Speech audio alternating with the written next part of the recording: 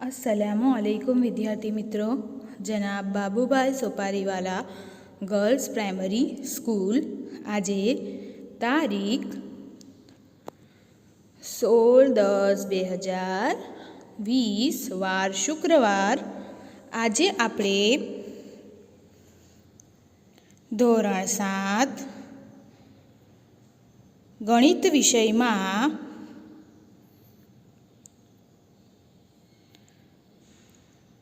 પુનરાવર્તન કરીશું। બરાબર, તમને ખબર છે કે આપણી પરીક્ષા આવી રહી છે અને આપણી પરીક્ષા છે 28/10/2020ના રોજ। તો એની તૈયારીના ભાગરૂપે આપણે પુનરાવર્તન કરીશું। એના પહેલાંના તાસમાં આપણે પ્રકરણ નંબર 3 માહિતીનું નિયમન એના થોડાક દાખલા જોઈ ગયા હતા। હવે આપણે બીજા થોડા ઘણા દાખલા જોઈશું। બરાબર,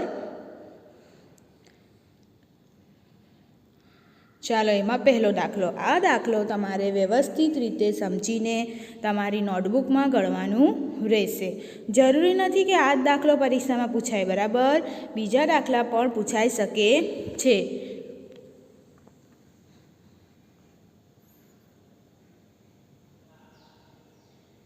કોઈ વર્ગના એક મૂલ્યાંકનમાં મેળવેલ નીચે દર્શાવેલ ગુણને કોષ્ટકમાં દર્શાવો। બરાબર, આપણે આગળ પણ આ દાખલા જોઈ ગયા છે। આવૃત્તિ વિતરણનો કોષ્ટક અહીં બનાવવાનું છે ને અહીં તમને માહિતી આપેલી છે। આના પરથી આવૃત્તિ વિતરણ કોષ્ટક તૈયાર કરવાનું છે।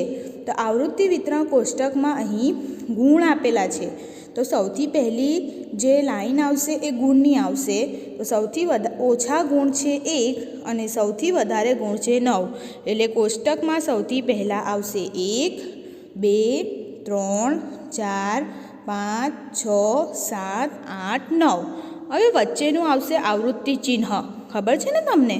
ચાલો હવે આપણે 1 જોઈએ। તો 1 કેટલી વાર છે? અહીંયા જો તો 1 વાર, એટલે 1 ચિહ્ન પાડવાનું ને વિદ્યાર્થીઓની સંખ્યા એટલે કે આવૃત્તિ આવશે 1। ચાલો હવે જોઈએ 2 કેટલી વાર છે?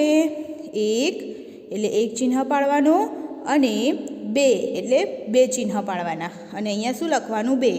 ચાલો 3 કેટલી વાર છે? 1 પછી જો તો બીજી વાર છે નથી, એટલે 1 ચિહ્ન પાડીને 1।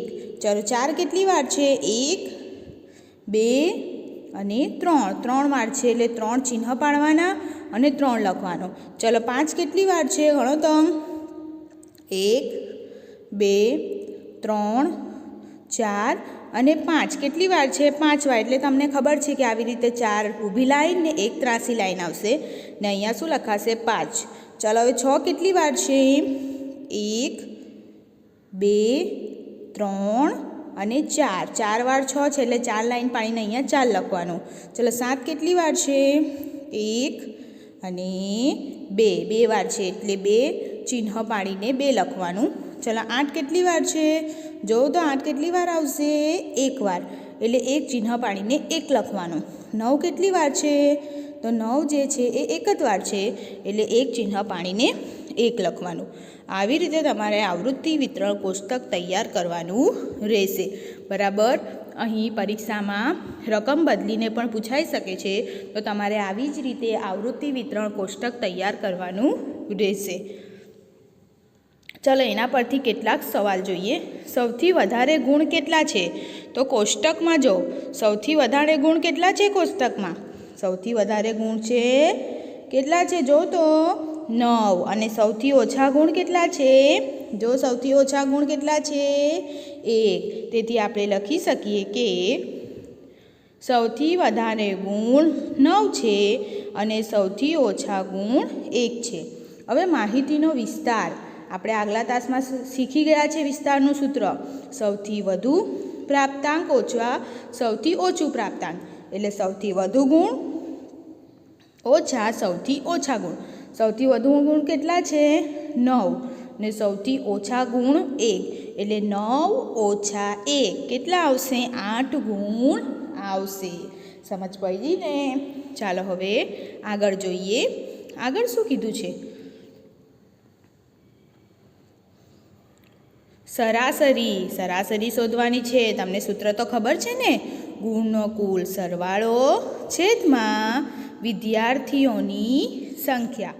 તો ગુણમાં કુલ સરવાળો, ચાલો 1 ગુણ્યા 1 વત્તા 2 ગુણ્યા 2 વત્તા 3 ગુણ્યા 1 વત્તા 4 ગુણ્યા 3 વત્તા 5 ગુણ્યા 5 વત્તા 6 ગુણ્યા 4, પછી શું આવશે? વત્તા 7 ગુણ્યા 2 વત્તા 8 ગુણ્યા 1 વત્તા 9 ગુણ્યા 1. ચાલો આખાના છેદમાં આવશે વિદ્યાર્થીઓની કુલ સંખ્યા. તો વિદ્યાર્થીઓની કુલ સંખ્યા એટલે કે આ સંખ્યાનો સરવાળો 1 વત્તા 2 વત્તા 1 વત્તા 3 વત્તા 5 વત્તા 4 વત્તા 2 વત્તા 1 વત્તા 1. ચાલો પછી શું છે? 1 ગુણ્યા 1 એટલે 1 વત્તા 2 ગુણ્યા 2 એટલે 4 વત્તા 3 ગુણ્યા 1 એટલે 3 વત્તા 4 ગુણ્યા 3 એટલે 4 તાલી 12 વત્તા 5 ગુણ્યા 5 એટલે 25 વત્તા 6 ગુણ્યા 4 એટલે 24 વત્તા 7 ગુણ્યા 2 એટલે 14 વત્તા 8 ગુણ્યા 1 એટલે 8 વત્તા 9 ગુણ્યા 1 એટલે 9. છેદમાં છેદની સંખ્યાઓનો સરવાળો એટલે 20 આવશે. ચાલો ઉપરની સંખ્યાનો સરવાળો કરો. શું જવાબ આવે છે? તો સરવાળો કરતાં તમારો જવાબ આવશે 100. 100ના છેદમાં 20. શૂન્ય શૂન્ય ઉડી જશે, 2 પચામ 10 એટલે આપણો જવાબ શું આવશે? 5 ગુણ. સરાસરી શું આવશે? 5 ગુણ. સમજ પડી ને? ચાલો હવે આપણે આગળ જોઈશું. આગળ શું કીધું છે? નીચેની માહિતી એક કારખાનાના 30 કર્મચારીઓનું દૈનિક વેતન રૂપિયામાં દર્શાવે છે. બરાબર, 30 કર્મચારીઓનું દૈનિક વેતન રૂપિયામાં દર્શાવે છે. માહિતી પરથી કર્મચારીઓના દૈનિક વેતનનું આવૃત્તિ વિતરણ તૈયાર કરો. એટલે કે અહીં પણ આપણે આવૃત્તિ કોષ્ટક કીધું હોય કે આવૃત્તિ વિતરણ કીધું હોય તો તમારે આવૃત્તિ વિતરણ કોષ્ટક તૈયાર કરવાનું રહેશે. અહીં માહિતી તમને આપી દીધેલી છે. હવે સૌથી પહેલાં સૌથી નાની માહિતી કઈ છે? તો સૌથી નાની માહિતી છે 40. બરાબર, કોષ્ટક દોરીશું. ચાલો વેતન એટલે કે સૌથી ઓછું વેતન છે 40, 45, 50, 55, 60, 65, 70, 75, 80. ચાલો આવૃત્તિ ચિહ્ન. આવૃત્તિ ચિહ્ન એટલે કે 40 કેટલી વાર છે? તો 1 અને 2 વાર. ચાલો એટલે 2 ચિહ્ન પાડવાના અને આવૃત્તિમાં લખવાનું 2. હવે 45 કેટલી વાર છે? તો ચાલો 1 પછી 2 અને 3 વાર એટલે કે 3 ચિહ્ન પાડવાના અને 3 લખવાનું. ચાલો 50. 50 કેટલી વાર છે? તો 1 2 3 અને 4 વાર છે એટલે 4 ચિહ્ન પાડીને 4 લખવાનું. ચાલો 55 કેટલી વાર છે? તો 55 આવશે 1 પછી 2 3 4 અને 5 એટલે 5 ચિહ્ન પાડવાના. બરાબર, 4 સીધા અને 1 ત્રાસું અને 5 લખવાનું. 60 કેટલી વાર છે? તો 1 2 બરાબર 3 4 5 5 વાર છે એટલે 4 ઊભી લાઈન અને 1 ત્રાસી લાઈન અને 5 લખવાનું. 65 કેટલી વાર છે?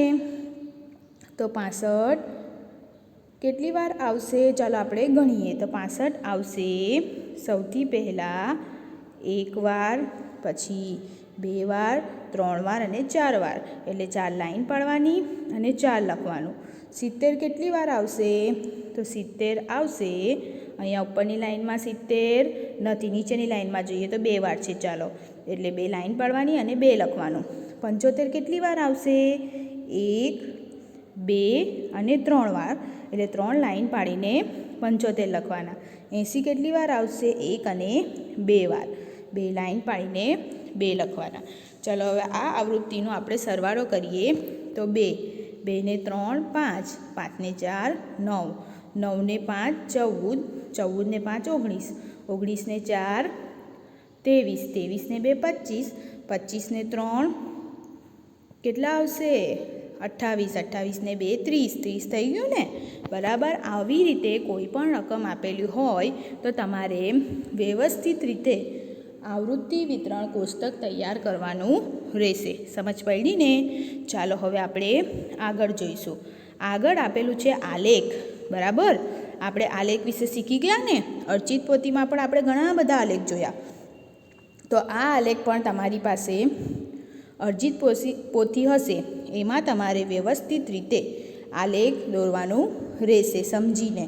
ચાલો અહીં આપેલું છે રમેશ, સુરેશ, મનેશ, હરેશ અને દિનેશ, અને 1 સેમીની લંબાઈ બરાબર 5 કિલોગ્રામ. એનો આપણે લંબ આલેખ એટલે કે આને સ્તંભ આલેખને આપણે લંબ આલેખ કહીશું, એ દોરીશું. ચાલો, વિદ્યાર્થીનું નામ છે રમેશ, સુરેશ, મનેશ, હરેશ અને દિનેશ. તો સૌથી પહેલાં અહીં નીચે કઈ અક્ષ આવશે? એક્સ અક્ષ આવશે, દેખાય છે. અને ઉપરની લાઇનમાં આવશે વાય અક્ષ. આ તો તમને ખબર છે ને. એક્સ અક્ષ પર શું આવશે? વિદ્યાર્થીનું નામ. અને વાય અક્ષ પર આવશે વજન કિલોગ્રામમાં. ચાલો, નામ લખી દીધા, રમેશ, સુરેશ, મનેશ, હરેશ અને દિનેશ. હવે વજન. તો સૌથી પહેલાં આપણે જોઈશું કે અહીં 1 સેમી લંબાઈ બરાબર કેટલા કિલોગ્રામ આપેલા છે? 5 કિલોગ્રામ પ્રમાણમાપ. જો પ્રમાણમાપ નહીં આપેલું હોય તો તમારે જાતે લેવું પડશે. અહીં આપેલું છે 1 સેમી લંબાઈ બરાબર 5 કિલોગ્રામ. તો સૌથી પહેલાં આપણે વાય અક્ષ પર લઈશું 5, 10, 15, 20, 25, 30, 35, 40, 45, 50, 55, 60, 65. કેમ 65 સુધી લીધું? કારણ કે સૌથી વધુ વજન 65 છે. ચલો, રમેશનું છે 65, એટલે રમેશનું આપણે 65 પાસે લંબ આલેખ દોરીશું. પછી સુરેશનું છે 60, એટલે સુરેશનું 60 પાસે, જો અહીંયા 60 પાસે લંબ આલેખ દોરીશું. પછી મનેશનું છે 45, તમને દોરતા આવડે જ છે, બરાબર ને. 45 પાસે લંબ આલેખ દોરીશું. પછી હરેશનું છે 40, તો 40 પાસે આવી રીતે લંબ આલેખ દોરીશું. પછી દિનેશનું કેટલું છે? 55, તો વ્યવસ્થિત રીતે 55 પાસે આવી રીતે લંબ આલેખ દોરીશું. સમજ પડી ને? આ તમારે તમારી અર્ચિત પોથીમાં વ્યવસ્થિત રીતે દોરવાનું રહેશે. જરૂરી નથી આ જ આલેખ પૂછાય, એના સિવાય બીજો આલેખ પણ પૂછાઈ શકે છે. ચાલો, હવે આગળનો આલેખ જોઈએ. આ આલેખ છે દ્વિલંબ આલેખ. આ આલેખ પણ આપણે દોરતા શીખી ગયા હતા. દ્વિલંબ આલેખ એટલે કે એક જ માહિતીના 2 સ્તંભ આલેખ. એક જ માહિતીના, જેવી રીતે બીનાના જો અહીં 2 સ્તંભ આલેખ છે, બરાબર. ગીતાના પણ 2 સ્તંભ આલેખ છે. એક જ માહિતીના 2 સ્તંભ આલેખ. ચલો, અહીં પ્રમાણમાપ પર આપી દીધેલું છે 1 સેમી બરાબર 10 ગુણ. સમજ પડે છે? તો સૌથી પહેલાં પ્રમાણમાપ લખી દેવાનું 1 સેમી બરાબર 10 ગુણ. પછી ગણિતના ગુણ છે અને વિજ્ઞાનના ગુણ છે, તો બંનેને અલગ અલગ નિશાની વડે દર્શાવી દેવાના, જેથી આપણને ખબર પડી જાય કે આ ગણિતના ગુણ છે ને આ વિજ્ઞાનના ગુણ છે. ચાલો, હવે 1 સેમી બરાબર 10, એટલે તમને એક્સ અક્ષ ને વાય અક્ષ પર ખબર જ છે કે એક્સ અક્ષ પર વિદ્યાર્થીઓના નામ અને વાય અક્ષ પર ગુણ આવશે. ચાલો, હવે 1 સેમી બરાબર 10, એટલે 10, 20, 30, 40, 50, 60, 70, 80, 90. બરાબર. કેમ 90 સુધી? કારણ કે સૌથી વધુ ગુણ 90 છે. ચાલો, ગણિતના ગુણ જોઈએ 75. હવે આ કેવી રીતે લેવાના? 70 પછી ડાયરેક્ટ 80 છે, તો અહીં એક નાનો કાપો જે છે, એક નાનો કાપો બરાબર 2 થશે, એટલે આપણે અડી કાપા લઈશું. બરાબર. 70 પછી 72, 74 ને 76 થઈ જશે, તો અડી કાપા લઈશું. બરાબર ને. આવી રીતે તમારે અહીં 75 દર્શાવવાનું છે. પછી ગીતાના કેટલા છે? 60, તો ગીતાના 60 લઈશું. પછી સીતાના 40, એટલે 40 લઈશું. પછી રીમાના 35, ફરીથી 35 આવ્યા, 30ની ઉપર અડી કાપા. પછી નીલાના 90, એટલે 90 તો તમને લેતા આવડે છે ને. ચાલો, એવી રીતે ગણિતના ગુણ થઈ ગયા. હવે વિજ્ઞાનના ગુણ. વિજ્ઞાનના ગુણ પહેલાં છે 85, એટલે 80ની ઉપર કેટલા કાપા આવશે? નાના અડી કાપા. બરાબર. પછી 80 તો આવડે છે, બરાબર. 80 આપેલું જ છે. પછી 65 એટલે કે કેટલા આવશે? 60ની ઉપર અડી કાપા. 30 એટલે કે આપેલું છે, અને 70. 70 પણ આપેલું છે. આમ વ્યવસ્થિત રીતે તમારે દ્વિલંબ આલેખ તૈયાર કરવાનું રહેશે. જરૂરી નથી કે આપણે કર્યું એ જ આલેખ પૂછાય, બરાબર. એના સિવાય બીજા આલેખ પણ પૂછાઈ શકે, પણ રીત આ રીતે જ તમારે કરવાનું રહેશે. ચલો આગળનો પ્રશ્ન જોઈએ. આગળ શું કીધું છે? આપેલ લંબ આલેખનો ઉપયોગ કરીને નીચેના પ્રશ્નોના જવાબ આપો. ધોરણ 7ના વિદ્યાર્થીઓએ પાળેલા પ્રાણીઓ, બરાબર. કૂતરું કેટલા પાળે છે? 8. બિલાડી 10. સસલું કહી શકો ને 2. બકરી કેટલા આવશે? 4 અને 6ની વચ્ચે છે એટલે કેટલા આવશે? 5. અને અન્યમાં આવશે 2 અને 4ની વચ્ચે છે એટલે કેટલા આવશે? 3. ચાલો પહેલો સવાલ શું કીધું છે? કયું પાલતું પ્રાણી સૌથી વધુ લોકપ્રિય છે? તો આપણે કહી શકીએ કે સૌથી વધારે ઊંચો આલેખ છે બિલાડીનો, 10 છે. એટલે આપણે કહી શકીએ કે બિલાડીને પાળનાર સૌથી વધુ વિદ્યાર્થીઓ 10 વિદ્યાર્થીઓ છે. તેથી સૌથી વધુ લોકપ્રિય પાલતું પ્રાણી છે બિલાડી. કેટલા વિદ્યાર્થીઓનું પાલતું પ્રાણી કૂતરો છે? તો કૂતરો તો કેટલા છે અહીંયા આલેખ પરથી જો 8. એટલે આપણે કહી શકીએ 8 વિદ્યાર્થીઓ પાસે પાલતું પ્રાણી કૂતરો છે. એના સિવાય બીજો આલેખ પણ આપેલો હોય અને સવાલ આપેલા હોય તો તમારે આલેખ પરથી સવાલના જવાબ આપવાના રહેશે, બરાબર. આ બધા જ દાખલા તમારે વ્યવસ્થિત રીતે સમજીને તમારી નોટબુકમાં ગણવાના રહેશે. એની સાથે જ આ જ પાઠના વિકલ્પ, ખાલી જગ્યા, ખરા ખોટા આપણે નોટબુક અને સ્વાધ્યાયપોથીમાં કર્યા છે એ પણ તમારે તમારી નોટબુકમાં ફરીથી લખવાના રહેશે. Thank you.